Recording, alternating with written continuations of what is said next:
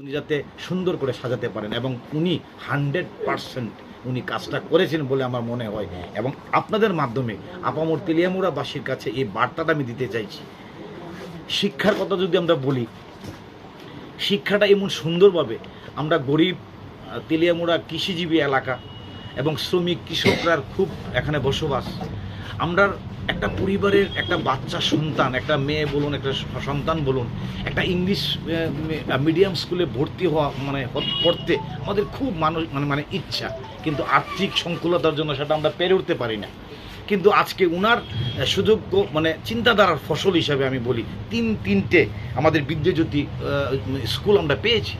সেটা উনার চিন্তাধারা এবং ডক্টর মানিক শাহর চিন্তাধারা এবং ডক্টর আমাদের যে আপামর যে সারা ভারতবর্ষের যিনি আমাদের প্রধানমন্ত্রী, উনার সুযোগ্য নেতৃত্বের ফলে সেটা সম্ভব হয়েছে। শারদময় বিদ্যাপীঠ থেকে শুরু করি, এই স্কুলের একটা নতুন ভবনের জন্য একটা টাকা স্যাংশন উনার হাত ধরে হয়েছে। কবি নজরুল বিদ্যাভবনের নতুন পাকা ভবনের জন্য নতুন স্যাংশন উনি করেছেন।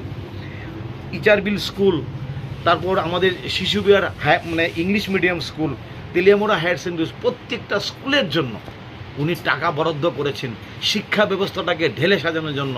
এবং সিবিএসসি কোর্স, কারণ এই রাজ্যের মানুষ, এই তেলিয়ামুড়ার সন্তানরা যাতে, কৃতি সন্তানরা যাতে ভারতবর্ষের বিভিন্ন পরীক্ষার সঙ্গে নিজেকে মানিয়ে নিতে পারে, সেই ব্যবস্থাটা তিনি করেছেন। সেটাও আমাদের একটা বিশাল বড় পাওনা।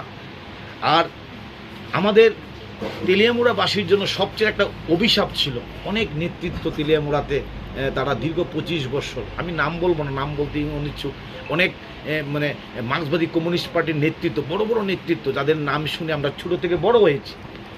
একটা জলের নদী যখন তার গতিপথ হারায়, কিন্তু তারা সেই উপযুক্ত তেলিয়ামুড়ার নোটিফাইড এরিয়া ছিল, তারপর নগর পঞ্চায়েত, তারপর পৌর পরিষদ। আমাদের 6 বছর আগে যখন আমরা এখানে সরকার গঠন করেছি, আমরা পৌর পরিষদ পেয়েছি, কিন্তু পৌর পরিষদের একটা পৌর নাগরিকের যে প্রত্যেক দিনের যে পানীয় জলের ব্যবস্থা করা, সেটা তারা করতে পারেনি।